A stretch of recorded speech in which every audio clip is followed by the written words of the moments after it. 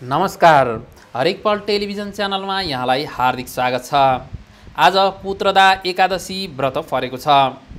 पुत्रदा एकादशीको व्रतको महिमा के कस्तो रहेको छ र यस एकादशीको व्रत धारण गर्नाले के कस्ता फल प्राप्त हुन्छन् भन्ने विषयमा कथासहितको विशेष प्रस्तुतिका साथसाथै आजको राशिफल पनि प्रस्तुत गर्नेछौँ। आरम्भ गरौँ आजको पञ्चाङ्गबाट। आज विक्रम 2077 साल श्रावण महिनाको 15 गते, तदनुसार इसवी सन् 2020 अन्तर्गत जुलाई महिनाको 30 तारिक बिहिबार हो। सृष्टिदेखि हालसम्म 1,95,58,85,121 वर्ष व्यतीत भइसकेका छन्। कलिकालको 5,121औं वर्ष अन्तर्गत श्री शालिवाहनीय साके 1942 तथा नेपाल सम्मत 1140 अन्तर्गत प्रमादी नामको संवत्सर चलिरहेको छ। सूर्य दक्षिणायनमा छन्। वर्षा ऋतु अन्तर्गत श्रावण शुक्ल पक्षको एकादशी तिथि राति 12:24 रहनेछ। यो महिनाका देवता श्रीधर र मासदेवी कान्तिमती हुन्। सूर्य कर्कट राशिमा र बृहस्पति धनु राशिमा रहेका छन्। अनुराधा नक्षत्र बिहान 9:26 रहनेछन्। यसै गरी आज ब्रह्म योग र वाणिज्यकरण रहेका छन्। आज सूर्योदय बिहान 5:27 छ भने सूर्यास्त बेलुका 6:52 हुनेछ। चन्द्रमा आज वृश्चिक राशिमा रहेका छन्। आज पुत्रदा एकादशी व्रत परेको छ। नामैले पनि पुत्रदा अर्थात् आजको एकादशीको व्रत धारण गर्नाले सन्तति सुख प्राप्त हुने गर्दछ। सन्तानबाट सुख प्राप्तिका निम्ति आज पुत्रदा एकादशीको व्रत धारण गर्नु उत्तम फलदायी रहने गर्दछ।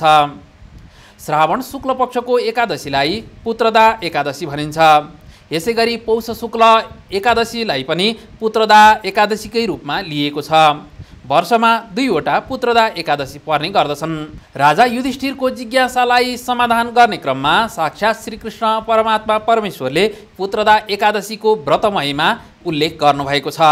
द्वापर युगको आरम्भकालमा यो भारतवर्षको महिष्मती भन्ने स्थानमा एउटा सुन्दर नगर थियो, जसमा मैजित नाम गरेका राजा राज्य गर्ने गर्दथे। उनका कुनै पनि सन्तति थिएनन्। सन्तानहीन भएकाले राजालाई राज्यको सुख भए पनि सन्तति सुख भने प्राप्त भएको थिएन, जसले गर्दा उनी सधैँ खिन्न मनस्थितिमा रहने गर्दथे। जीवनको उत्तरार्ध लागेपछि पनि सन्तति सुख प्राप्त हुन नसकेपछि महीमती राजाले प्रजाका प्रतिनिधिहरूसहित एउटा सभा गरे र उनले सम्बोधन गरे, हे प्रजाजनहरू हो, मेरो खजाना भरिपूर्ण छ। मैले सबै थोक प्राप्त गरिरहेछु, तर मैले एउटा कुरो मात्र प्राप्त गर्न सकेको छैन। मलाई एउटै मात्र अभाव छ, त्यो हो सन्तति सुख, अर्थात् मेरा सन्तति भएनन्। यसको केही उपाय छ भने खोज्नुहोस् र मलाई बताउनुहोस्। यसै गरी राजाले आफू कुनै पनि दुष्कर्ममा नलागेको, सधैँ ब्राह्मणको सेवा गरेको, सज्जनको सेवा गरेको, ऋषि आज्ञामा चलेको र धर्मअनुसार चलिरहेको पनि छु, तर पनि मेरा सन्तति हुन सकेनन् र म सन्ततिको भोको भनेर जीवनको उत्तरार्धको समय व्यतीत गरिरहेको छु। त्यसकारणले गर्दा मेरो यो चिन्ताको कुनै उपाय छ कि केही खोज्नुहोस् भनेर राजाले सबै प्रजाका प्रतिनिधिजनहरूमा आग्रह गर्दछन्। यसपछि सभाका सम्पूर्ण सभासद मन्त्री आदि सबै स्तब्ध हुन पुग्छन्। राजाको सम्बोधनका विषयमा छलफल गर्न मन्त्री तथा प्रजाका प्रतिनिधिहरू एकजुट भएर समस्याको समाधानका निम्ति केही उपाय खोज्न लाग्दछन्। सोही योजना अनुसार वनमा तपस्या गरिरहेका एक महर्षिलाई भेट्ने राय सल्लाह सबैको निर्णय हुन्छ र सोही अनुसार ऋषिलाई भेट्न र समस्याको समाधानका निम्ति अग्रसर रहनका लागि प्रजाका प्रतिनिधिहरू उद्यत रहन्छन्। यसरी राजाका प्रतिनिधिहरू वनमा तपस्या गरिरहनुभएका लोमस ऋषिको आश्रममा पुग्दछन् र आफ्ना राजालाई भएका सम्पूर्ण दुःखका वृत्तान्तहरू, सम्पूर्ण सुख प्राप्त भए पनि सन्तति सुख प्राप्त हुन नसकेको कुरा बिन्ती गर्दछन्। यसपछि लोमस ऋषिले सम्पूर्ण कुराहरू सुनिसकेपछि राजा महिमतीको पूर्वजन्मको बारेमा ध्यान दृष्टि लगाएर हेर्नुहुन्छ। यसरी लोमस ऋषिले ध्यान दृष्टि लगाएर हेर्दाखेरि राजा पूर्वजन्ममा एक निर्धन वैश्य रहेको र एउटा गाउँबाट अर्को गाउँमा व्यापार गर्न जाँदाखेरि गाईलाई जल अर्थात् पानी पिउन नदिएर लखेटेको कारणले गर्दा उनमा सोही पापको फल अहिले वर्तमानमा भोग्नु परेको ऋषिले पत्ता लगाउनुहुन्छ। यसपछि लोमस ऋषिले यसको उपाय एकमात्र छ, जुन पुत्रदा एकादशीको व्रत धारण हो।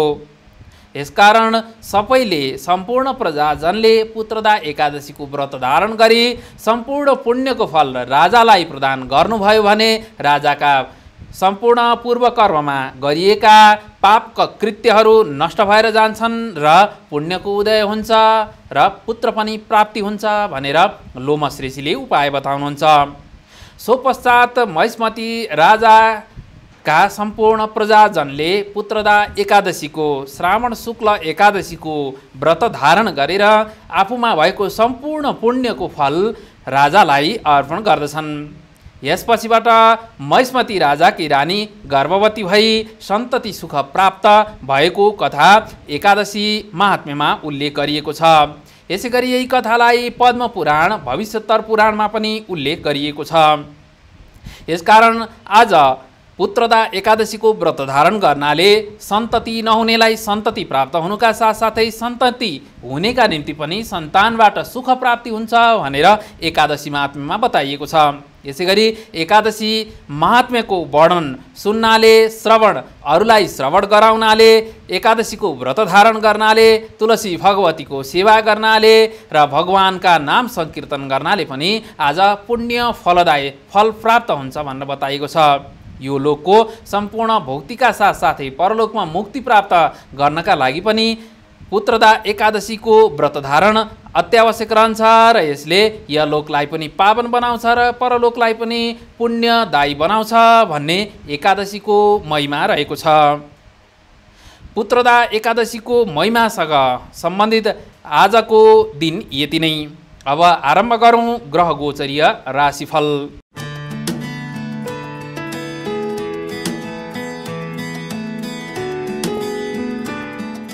मेष राशि, कार्यमा अस्थिरता रहनेछ। खर्च वृद्धिका साथसाथै कार्य व्यवधानको पनि सामना गर्नुपर्ने देखिन्छ। स्वास्थ्यमा आज सजग रहने उचित हुनेछ। वृष राशि, प्रिय लाभ हुनेछ। आय आर्जनमा वृद्धि हुनुका साथसाथै यात्राका योग पनि देखिन्छन्। विद्याको क्षेत्र आज सबल रहनेछ। मिथुन राशि, पारिवारिक सुख मिल्नेछ। आय आर्जनमा वृद्धि हुनुका साथसाथै प्रेम जीवन पनि आज सुखमय रहने देखिन्छ। जलीय वस्तु आज फलदायी रहनेछन्। कर्कट राशि, भौतिक वस्तुबाट लाभ हुनेछ। पराक्रम बढ्नुका साथसाथै अध्ययन अध्यापनमा पनि रुचि जाग्ने देखिन्छ। विद्याको क्षेत्र आज सफल रहनेछ। सिंह राशि, चन्द्रबल आज कमजोर रहनेछ, जसले गर्दा शत्रु भएका साथसाथै कार्यमा पनि अवरोध रहन सक्नेछ। यसैगरी आज खर्चमा पनि वृद्धि हुन सक्ने देखिन्छ। कन्या राशि, द्रव्य लाभ हुनेछ। आर्थिक उन्नतिका साथसाथै यात्राका योग पनि देखिन्छन्।